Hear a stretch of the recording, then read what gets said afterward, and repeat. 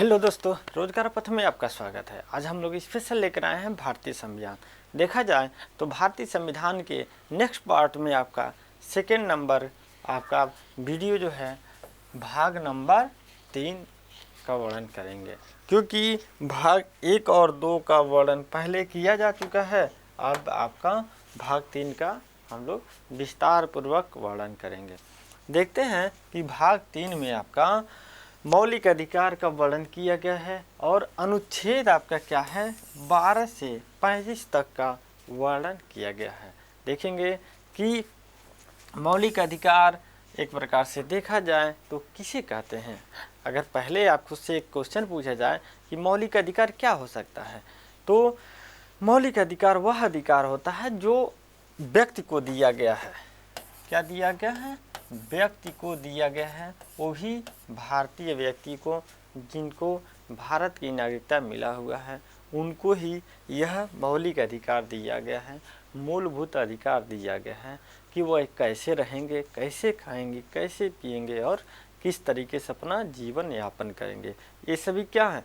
मौलिक अधिकार है। देखते हैं कि एक प्रकार से देखा जाए तो मौलिक अधिकार 6 प्रकार के मौलिक अधिकार हैं। पहले क्या था? मूल संविधान में यह अधिकार 7 प्रकार के हुआ करता था, लेकिन संपत्ति का अधिकार मूल अधिकार से हटाकर उसको विधिक अधिकार में रख दिया गया है, उसको कानूनी अधिकार दे दिया गया है।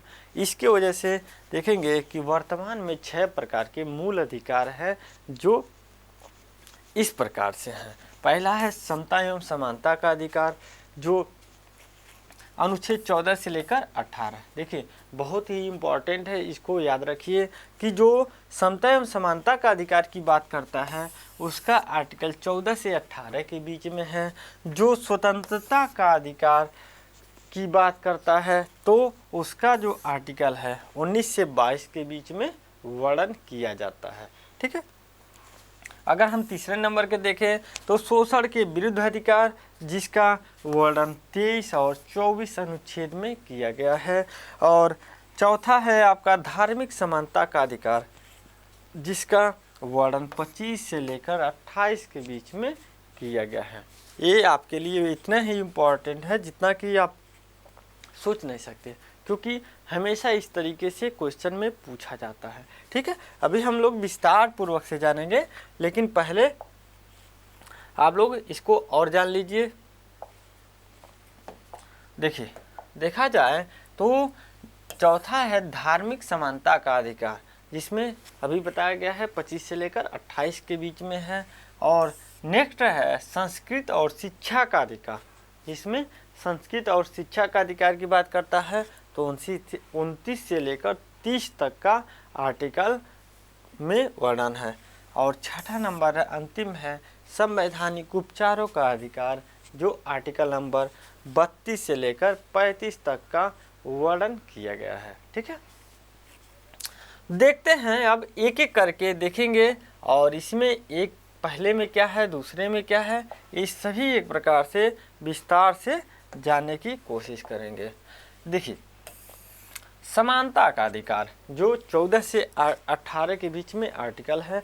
हम देखते हैं आर्टिकल नंबर 14। देखेंगे कि विधि के समक्ष समानता। आर्टिकल 14 क्या कहता है कि विधि के समक्ष समानता। इसका मतलब यह हुआ कि सरकार कोई भी विधि बनाएगा, कोई भी कानून बनाएगा तो उसको सबको समान रूप से देखना होगा। सबको जाति, धर्म, लिंग, चाहे किसी भी जन्म स्थान, किसी के अनुसार आपका भेदभाव नहीं किया जाएगा। सबको एक समान रूप से देखने की कोशिश करेगा। ठीक है। तो यह क्या है? ये सरकार का कार्य है कि जो भी विधि बनाएगा सबको एक समान रूप से देखने की कोशिश करेगा। ठीक है। अब देखते हैं कि आर्टिकल 15 क्या कहता है। जाति, धर्म, लिंग, स्थान, जन्म के स्थान के अनुसार सभी के आधार पर भेदभाव का निषेध किया गया है। इसमें 15वां नंबर बहुत इम्पॉर्टेंट है। जाति, धर्म, लिंग, स्थान जन्म स्थान के आधार पर जो भी भेदभाव किया जाता है उसका निषेध किया गया है। आर्टिकल नंबर 15 यह कहता है कि किसी के अनुसार भेदभाव सरकार नहीं करेगा।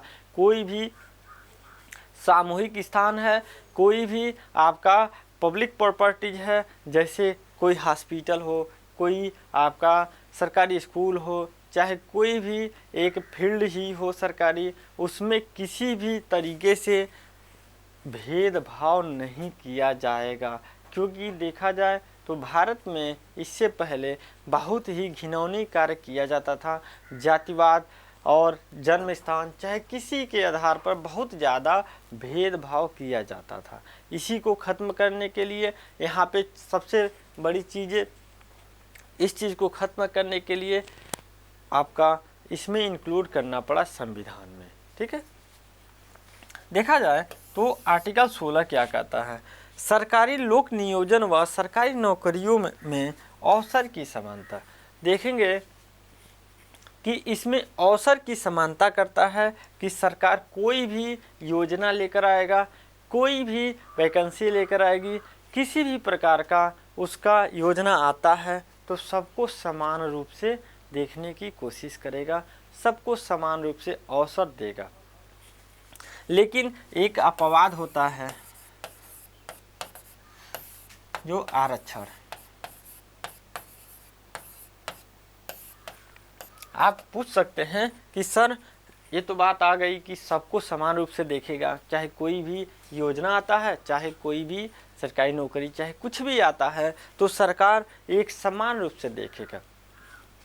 लेकिन एक प्रकार से वही एक किंतु करके लिख दिया गया है कि जो आपका आरक्षण है वह इसके दायरे में नहीं आता है, क्योंकि जो निचले लोग के हैं, चाहे समाज के निचले दुबले कुचले लोग हैं, उनको समाज में बराबर का हक दिलाने के लिए यह प्रक्रिया अपनाई गई है आरक्षण का। ठीक है, इसको अन्यथा में न लीजिए।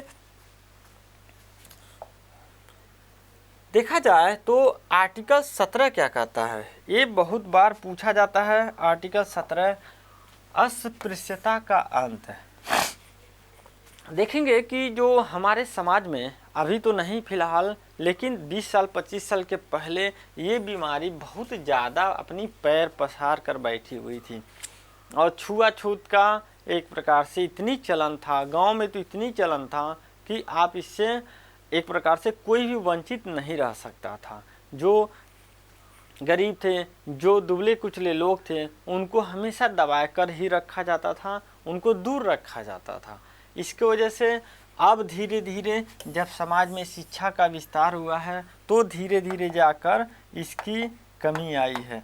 नहीं तो संविधान लिखने के बाद भी यह प्रक्रिया कंटिन्यू था, भारत में यह प्रक्रिया चल रहा था। ठीक है, लेकिन आर्टिकल 17 यह कहता है कि छुआछूत का जो अस्पृश्यता का अंत किया जाता है। अगर कोई व्यक्ति इस तरीके से घिनौना कार्य करता है तो उसके खिलाफ एक्शन लिया जाएगा। ठीक है, अब देखते हैं आर्टिकल नंबर 18। देखिए 18 अनुच्छेद जो है आपका, इस अनुच्छेद के द्वारा ब्रिटिश सरकार द्वारा दी गई उपाधियों का अंत कर दिया गया है। सिर्फ शिक्षा एवं रक्षा की उपाधि देने की परंपरा कायम रखी गई है। मतलब उपाधियों का अंत है।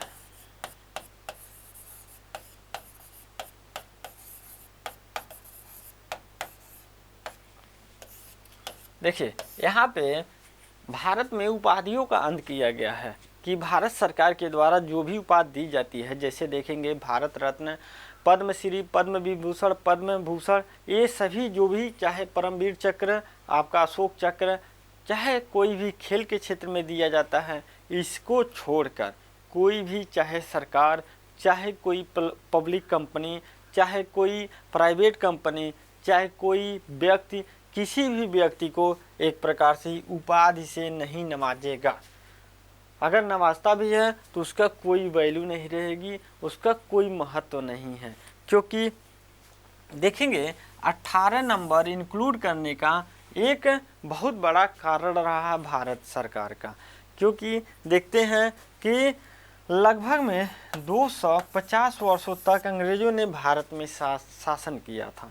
इस समय में ये लोग अपनी चाल में कामयाब हुए और हमेशा भारतीयों को लालच देकर अपने फेवर में करने के लिए उनको उपाधि देना, उनको सरकारी नौकरी देना, उनको किसी और जगह पे बैठा देना। तो इस प्रकार से भारतीयों के साथ खिलवाड़ किया जाता था और भारतीय बिक भी जाते थे और उनका कार्य करते थे। अगर कोई प्रोटेस्ट करता था तो उनको लालच दिया जाता था और उपाधि देकर उनको भेज दिया जाता था और वह प्रोटेस्ट बंद कर देते थे। वह जो विरोध था अंग्रेजों के खिलाफ वह बंद कर देते थे। इसकी वजह से इनका बहुत बड़ा कामयाबी रहा उपाधि के रूप में। लेकिन भारत सरकार जैसे ही भारत आज़ाद होता है तो यह प्रक्रिया सभी क्या करते हैं, बंद कर देते हैं, क्योंकि अंग्रेज दोगले प्रकार के व्यक्ति थे, वह लड़ाना जानते थे। ठीक है, देखा जाए तो अनुच्छेद जो 14 से 18 के बीच में था, समता एवं समानता का अधिकार, वह खत्म होता है। अब हम लोग दूसरा देखते हैं कि स्वतंत्रता का अधिकार क्या है। स्वतंत्रता का अधिकार अनुच्छेद 19 से लेकर 22 के बीच में इसका वर्णन किया गया है। देखेंगे कि अनुच्छेद जो 19 है उसमें भी 6 प्रकार की स्वतंत्रता का अधिकार की बात किया गया है। पहले यह भी प्रक्रिया क्या था आपका 7 प्रकार की था, लेकिन वर्तमान में कितना रह गया, 6 प्रकार के रह गए हैं। देखेंगे कि ABCDEF G तक है, 7 तक था, लेकिन F हट गया था, अब G की जगह पे F आ गया है। ठीक है, तो अब यह प्रक्रिया कट चुकी है। यह भी क्या है, 6 प्रकार से है कि संपत्ति का अधिकार आप नहीं रख सकते हैं अपने पास। पहला इसमें है वाक एवं अभिव्यक्ति की स्वतंत्रता। दूसरा है आपका शांतिपूर्ण और निरायुध सम्मेलन का अधिकार। तीसरा है आपका संघ या सरकारी समितियां बनाने का अधिकार। चौथा है भारत के किसी राज्य क्षेत्र में सर्वत्र अबाध रूप से संचरण करने की स्वतंत्रता। भारत के राज्य क्षेत्र में किसी भी भाग में बस जाने की स्वतंत्रता। और आपका 6ठा नंबर है कोई भी वृत्त व्यापार या कारोबार करने की स्वतंत्रता। तो आपके पास कितना है, 6 प्रकार की स्वतंत्रता है। सबको समझते हैं बारी बारी। देखा जाए तो पहले में है कि आप अपने बातों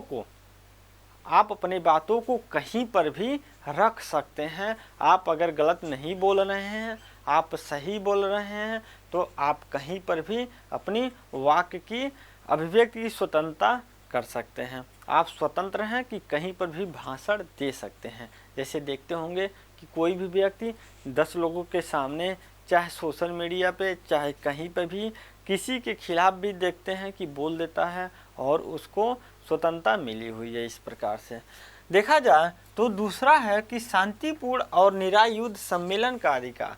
इसमें क्या है, सभा करने का अधिकार है। आप बिना हथियार के, बिना शोर शराबा किए आप शांतिपूर्ण से सभा कर सकते हैं। आपकी स्वतंत्रता है, इससे कोई नहीं वंचित करेगा। तीसरा है संघ या सहकारी समितियां बनाने का अधिकार। अगर आपको लगता है कि आप समिति बना सकते हैं, आप गठन कर सकते हैं, कुछ लोगों को समिति बनाकर कुछ लोगों को जुटा लेते हैं और एक प्रकार से पार्टियां बना लीजिए, चाहे कोई NGO बना लीजिए, कुछ भी आप कर सकते हैं। यह आपको तीसरे नंबर पे कहा गया है कि आप स्वतंत्र हैं कि किसी भी गठन को कर सकते हैं। नेक्स्ट है कि भारत के किसी राज्य क्षेत्र में संचरण करने की स्वतंत्रता। D नंबर यह कहता है कि आप भारत के किसी भी भाग में जा सकते हैं, घूम सकते हैं, कोई दिक्कत नहीं आएगी, आपको कोई रोकने वाला नहीं है। पहले क्या था, जम्मू कश्मीर छोड़ दिया जाता था, लेकिन आज जम्मू कश्मीर को भी ले लिया जाता है। लेकिन एक बात और याद रखिएगा कि आप हर जगह स्वतंत्र नहीं हैं कि आप कहीं पे भी जा सकते हैं। आप एक कॉमन जगह पे जा सकते हैं, आप ऐसे जगह पे जा सकते हैं जहाँ पे सेना की छावनी ना हो, चाहे पुलिस की एरिया ना हो, चाहे ऐसा कोई रिस्ट्रिक्शन एरिया ना हो जिसको बैन किया गया है। देखते हैं कि पुलिस अचानक में कहीं पर 144 धारा लगाई हो और आप कहें कि हमारा अधिकार है कि हम वहाँ पे भी जा सकते हैं, तो वहाँ पे आपका अधिकार छीन लिया गया है। ये पुलिस का अधिकार है कि 144 धारा जहाँ लगती है उसके पास ऑर्डर होता है, जो मर्जी कर सकता है। जैसे देखेंगे कि सेना का भी अपना एक एरिया होता है, जो बॉर्डर एरिया पे चाहे किसी नक्सलाइड एरिया में सेना अपना सर्च अभियान चलाता है, एक कुछ असस्पा करके पूरे एरिया को 144 धारा की ही तरह उसको अपने अंडर कंट्रोल में रखता है, तो उसमें भी आप नहीं जा सकते हैं। और एक बात और, जैसे बॉर्डर एरिया पे कि अगर कोई बॉर्डर एरिया है और आप चाह रहे हैं कि हम तो स्वतंत्रता का अधिकार हमें मिला हुआ है कि कहीं पर भी जा सकते हैं, तो आप ऐसा नहीं है कि आप किसी बॉर्डर में घुस जाएं। जैसे पाकिस्तान इंडिया का लड़ाई चल रहा है, उसी में आप चले जाएं, कहें कि हम घूम कर आएंगे बॉर्डर को, नहीं, ऐसा मूर्खता करेंगे तो गोली मार देंगे सब, ठीक है, पुलिस सेना वाले। तो इस तरीके से स्वतंत्रता आपका नहीं है, लेकिन कॉमन जगह पे जहाँ शांति माहौल है आप वहाँ पे जा सकते हैं। देखिए, और है नेक्स्ट है आपका भारत के राज्य क्षेत्र वे किसी भी भाग में बस जाने की स्वतंत्रता आपका है कि आपको स्वतंत्रता मिली हुई है कि आप भारत के किसी भी भाग में ज़मीन ले सकते हैं और आपका वहाँ पर घर बनवा कर रह सकते हैं। पहले यह प्रक्रिया अपवाद के तौर पर रखा जाता था कि जम्मू कश्मीर को छोड़कर, ठीक है, जम्मू को छोड़कर रखा जाता था कि भारत में आपका जो अनुच्छेद धारा जो था आपका 370 और एक 35A, जो आपको 370 वहाँ रहने के लिए रोकता था, वहाँ पे उसका विशेष अधिकार था। अब 35A था कि आपको प्रॉपर्टी लेने नहीं दिया जाएगा, क्योंकि यहाँ पे प्रॉपर्टी लेने का अधिकार किसी के पास नहीं था, ठीक है। तो ये सभी प्रक्रिया जम्मू कश्मीर के लिए था, तो यहाँ पे एक अपवाद था। लेकिन 5 अगस्त 2019 के बाद से यह भी प्रक्रिया खत्म हो गई हैं। यहाँ पर भी आप जा सकते हैं, रह सकते हैं, ज़मीन ले सकते हैं, आप वहाँ पे बस सकते हैं, ठीक है।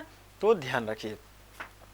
देखा जाए तो लास्ट है आपका कोई भी व्यक्ति व्यापार या कारोबार करने का अधिकार। वृत्ति मतलब कि आप स्वतंत्र हैं कि भारत के किसी भी कोने में व्यापार करिए, आप स्वतंत्र हैं कि कहीं पर भी आदान प्रदान आयात निर्यात आप कर सकते हैं, आपको कोई नहीं रोक सकता, ठीक है। तो यह क्या था, आपका स्वतंत्रता का अधिकार था। आर्टिकल 19 के तहत इसको रखा गया है, ठीक है।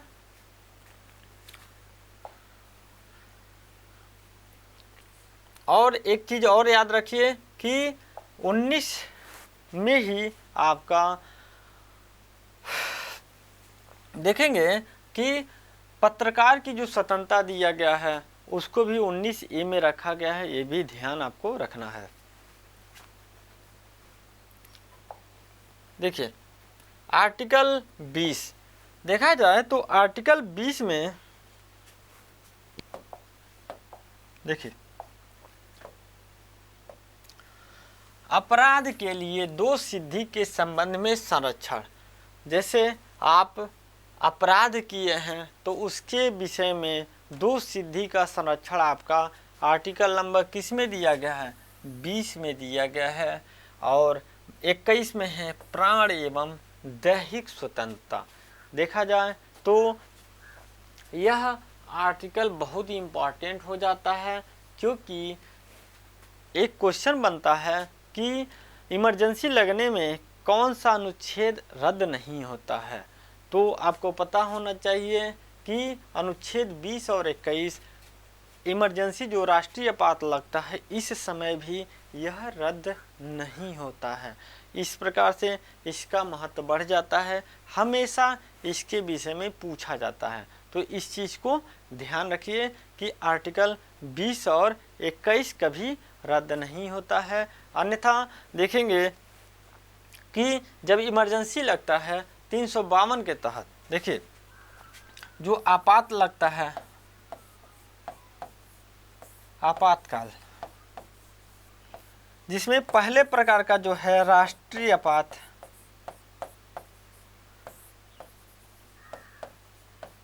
इसके तहत जब इमरजेंसी लगता है तो आपका मूल अधिकार छीन लिया जाता है। लेकिन यही एक दो अनुच्छेद बचता है कि जिसको हम रद्द नहीं करते हैं, सरकार इसको रद्द नहीं करती है। ठीक है, अब देखते हैं कि आर्टिकल 21A, इसको आपका निःशुल्क एवं अनिवार्य शिक्षा का अधिकार दिया गया है। इसको 86वां संविधान संशोधन आपका 2002 के तहत रखा गया है। तो ये भी आपके लिए बहुत इम्पॉर्टेंट है क्योंकि इसको जोड़ा गया है 2002 में 86वें संविधान संशोधन करके इसको जोड़ा गया है कि निःशुल्क जो शिक्षा होता है एवं अनिवार्य शिक्षा, देखेंगे कि भारत सरकार क्या करता है, चाहे राज्य सरकार, हर जगह पे हर गांव में एक प्राइमरी स्कूल खोला गया है, 1 से लेकर 8 तक का स्कूल जो खोला गया है, यही अनिवार्य शिक्षा के अंतर्गत आता है। इसी के अंतर्गत भारत सरकार क्या करता है, इसको संचालित करता है और सभी बच्चों को मुफ्त में शिक्षा प्रदान करता है।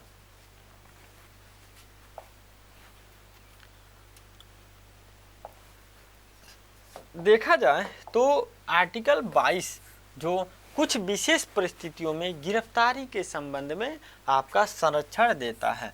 22 नंबर यह कहता है कि आपको गिरफ्तार अगर किसी व्यक्ति को करते हैं तो 3 बातों को ध्यान रखना होता है। अगर आपको कोई पुलिस गिरफ्तार करता है तो आपको 3 बात आपको भी याद होना चाहिए कि आप उनसे क्वेश्चन कर सकते हैं। यह आपका अधिकार है कि अगर कोई पुलिस पकड़ रहा है तो उससे आप यह पूछ सकते हैं कि हमारा जुर्म क्या है, हमें किस विधा पर गिरफ्तार किया गया है। दूसरा है कि आप समय के जो समय होता है, जैसे आपको कोई पुलिस गिरफ्तार किया, समझ लीजिए ये व्यक्ति था जो कोई जुर्म किया या न किया लेकिन पुलिस इसको गिरफ्तार कर रही है, तो गिरफ्तार करने का जो समय होता है कि पुलिस आपको गिरफ्तार करने के लिए जो टाइमिंग होता है, रास्ते के समय को छोड़कर आपको 24 आवर्स जो 24 घंटे के अंदर में दंडाधिकारी के सामने पेश करेगा वो। ठीक है, क्या है, दंडाधिकारी के सामने पेश करना अनिवार्य होगा उसको। और तीसरा नंबर है कि आपके मन माफिक एक वकील देगा, चाहे आप क्राइम किए हों न किए हों, लेकिन यह आपका अधिकार है कि आपको आपके पसंद की वकील से सलाह लेने की परंपरा को आगे बढ़ाया जाए। यह आपका क्या है, मौलिक अधिकार है। इस चीज़ को याद रखें, यह बहुत ही इम्पॉर्टेंट होता है सबके लिए। ठीक है, आगे चलते हैं। देखा जाए तो तीसरा नंबर आपका शोषण के विरुद्ध अधिकार, शोषण के विरुद्ध अधिकार की बात करता है। तीसरा आपका आर्टिकल 23 से 24 के बीच में है। 23 में अनुच्छेद 23 कहता है कि मानव दुर्व्यापार एवं बलात् श्रम का निषेध किया गया है। आपको पता होना चाहिए कि जो पहले एक परंपरा चल रही थी कि मानव को बेच दिया जाता था और यह एक घिनौनी वर्ग था। अब बहुत ही डेंजर तरीके से यह पहले राजाओं के समय में चलता था, गुलाम रखना, दास को रखना। देखते हैं कि गुलाम वंश में बहुत ज़्यादा दासों को रखा जाता था। जो राजा जितना दास रख लेता था वह उतना महान कहलाता था। तो एक प्रकार से देखा जाए तो यह प्रक्रिया बहुत दिन तक चलता रहा और लोग इसका बहुत मिसयूज करते थे। जो अमीर लोग थे वह गरीबों का खून चूसते थे और उनको बिना खाना खिलाए चाहे बिना पगार दिए उनसे वर्क कराते थे। तो इसी को रोकने के लिए यह प्रक्रिया अपनाई गई है कि यह फिर से दोहराया न जाए। और एक प्रकार से बलात् श्रम का निषेध किया गया है। मतलब यह है कि बलात् श्रम का मतलब है कि 14 वर्ष से कम के बच्चों को किसी भी फैक्ट्री, किसी भी कंपनी, किसी भी दुकान, किसी भी जोखिम भरी काम में लगाया नहीं जाएगा। यह दंडनीय अपराध होगा। यह आर्टिकल क्या है, 23 के तहत अधिकार दिया गया है लोगों का। ठीक है। नेक्स्ट है कि कारखानों आदि में नाबालिग बच्चों का जो आगमन है निषेध किया गया है। देखिए यही आपको बता रहे थे कि 6 से 14 वर्ष के बच्चों को, चाहे 14 वर्ष से कम बच्चों को कहीं पे भी आप फैक्ट्रियों में, कंपनियों में नहीं लगाएंगे। ठीक है, तो ये चीज़ें याद रखिए। देखा जाए धार्मिक स्वतंत्रता का अधिकार, जो धार्मिक स्वतंत्रता का अधिकार 25 से 28 के बीच में कार्य करता है। देखेंगे कि अनुच्छेद 25 यह कहता है कि अंतःकरण निर्बाध रूप से धर्म को मनाने की स्वतंत्रता।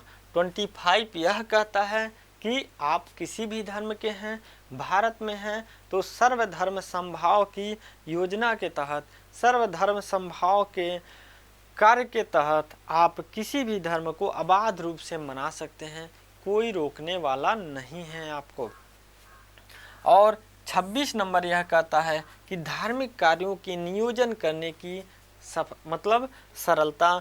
आप स्वतंत्र हैं कि आप अपनी जो धार्मिक कार्य है उसको करने के लिए स्वतंत्र हैं। उसके लिए आप मंदिर बनवाइए, मस्जिद बनवाइए, गुरुद्वारे बनवाइए, आप इसके लिए क्या हैं, स्वतंत्र हैं। और 27 नंबर यह कहता है किसी भी विशेष धर्म की उन्नति के लिए नागरिकों को किसी कर को अदा करने के लिए बाध्य नहीं किया जाएगा।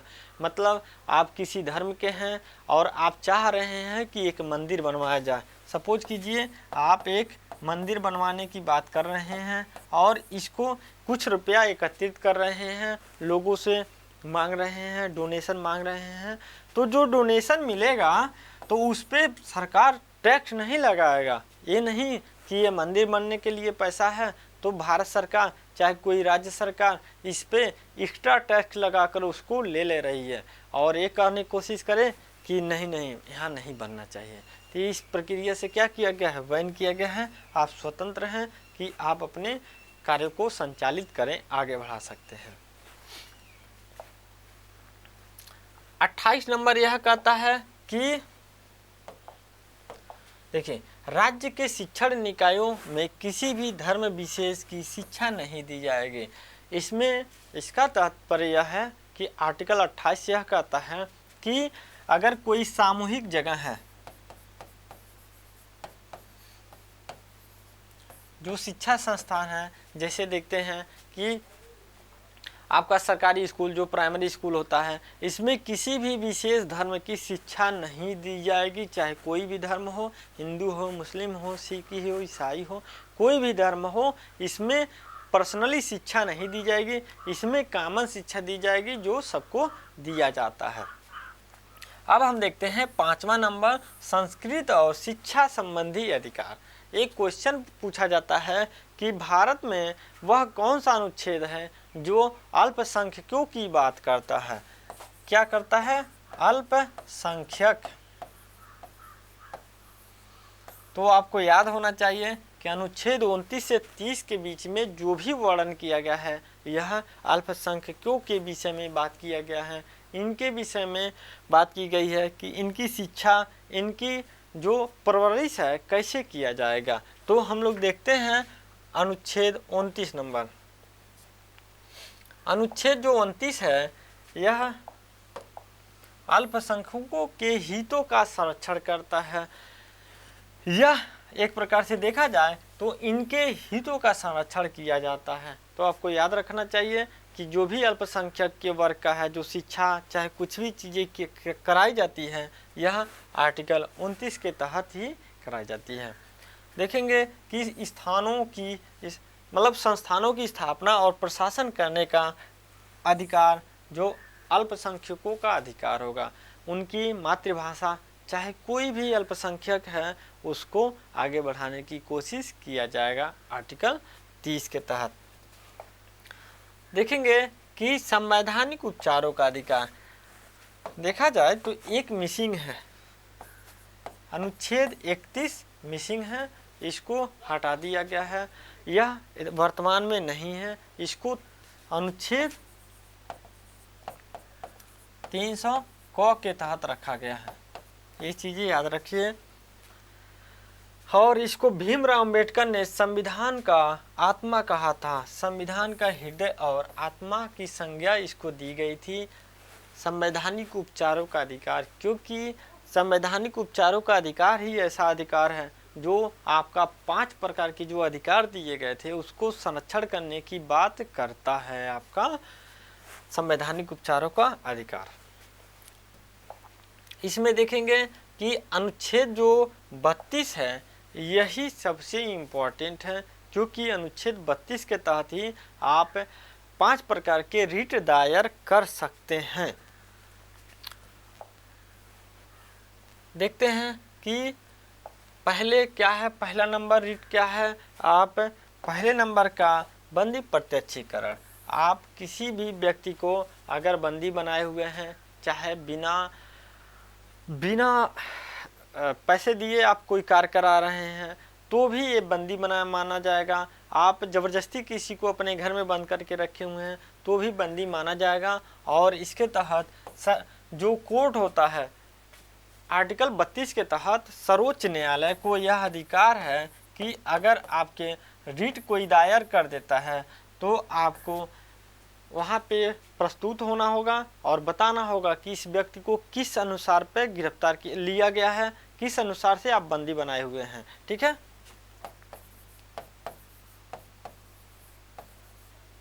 यह सर्वोच्च न्यायालय का अधिकार है कि आर्टिकल 32 के तहत एक्शन ले। देखा जाए तो दूसरा है परमादेश। पहला क्या था, बंदी प्रत्यक्षीकरण, दूसरा है परमादेश। इसमें क्या होता है कि यह आदेश उन परिस्थितियों में जारी किया जाता है जब न्यायालय को लगता है कि कोई सार्वजनिक पदाधिकारी अपने कानूनी और संवैधानिक कर्तव्यों का पालन नहीं कर रहा है। इसमें सार्वजनिक जो सरकारी, अगर आसान भाषा में समझिए तो सरकारी कोई गवर्नमेंट का कोई एम्प्लॉय है और अपना कार्य सही से नहीं कर रहा है तो उसको कोर्ट क्या करेगा, परम आदेश देगा कि वह अपना कार्य करे, नहीं तो उसको उससे पद से हटा दिया जाएगा। ठीक है, तो यह क्या है, परमादेश है। नेक्स्ट है कि निषेधाज्ञा जो आदेश है, इसको जारी करने में देखेंगे कि जब कोई निचली अदालत अपने अधिकार क्षेत्र को अतिक्रमित कर किसी मुकदमे की सुनवाई करती है तो उससे ऊपरी जो अदालतें होती हैं ऐसा करने से रोकने के लिए निषेधाज्ञा या प्रतिषेध लेख जारी करते हैं। तो ये चीज़ें याद रखिए कि जो प्रतिषेध लेख होता है वह ऊपरी अदालत के द्वारा जारी किया जाता है निचली अदालत को सुधारने के लिए, कि अगर कोई सुनवाई उसके अधिकार क्षेत्र से बाहर है तो सुनवाई नहीं कर सकती। ठीक है, नेक्स्ट देखा जाए अधिकार परीक्षा।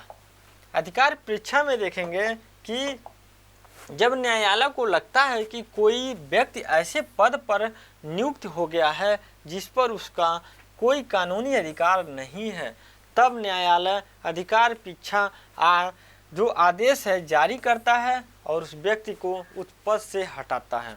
मतलब कोई कॉमन व्यक्ति है, अगर वर्दी पहनकर कोई इंस्पेक्टर का रूप धारण करके अपना कार्य कर रहा है तो भी क्या है, एक इनलीगल कार्य है। उसके तहत उसको कोर्ट क्या करता है, जारी करता है निषेध अधिकार परीक्षा लेख जारी करता है और उससे पूछा जाता है कि आप किस विधा पर यह कार्य कर रहे हैं जो आपके अधिकार क्षेत्र से बाहर है, आप इस अधिकार का यूज नहीं कर सकते हैं। ठीक है, अब नेक्स्ट है, लास्ट है, क्या है, उत्प्रेषण रिट।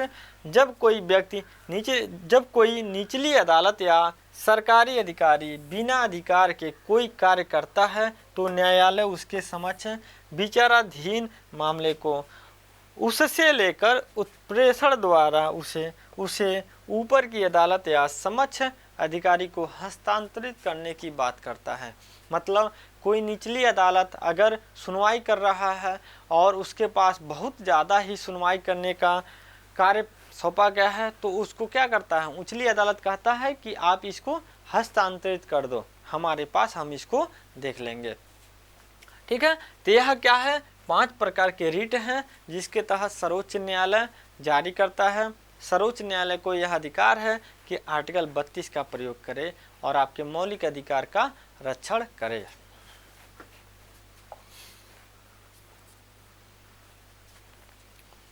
तो वीडियो खत्म होता है। अगर वीडियो अच्छा लगा हो तो लाइक करिए, शेयर करिए, सब्सक्राइब करना ना भूलिए। Thank you.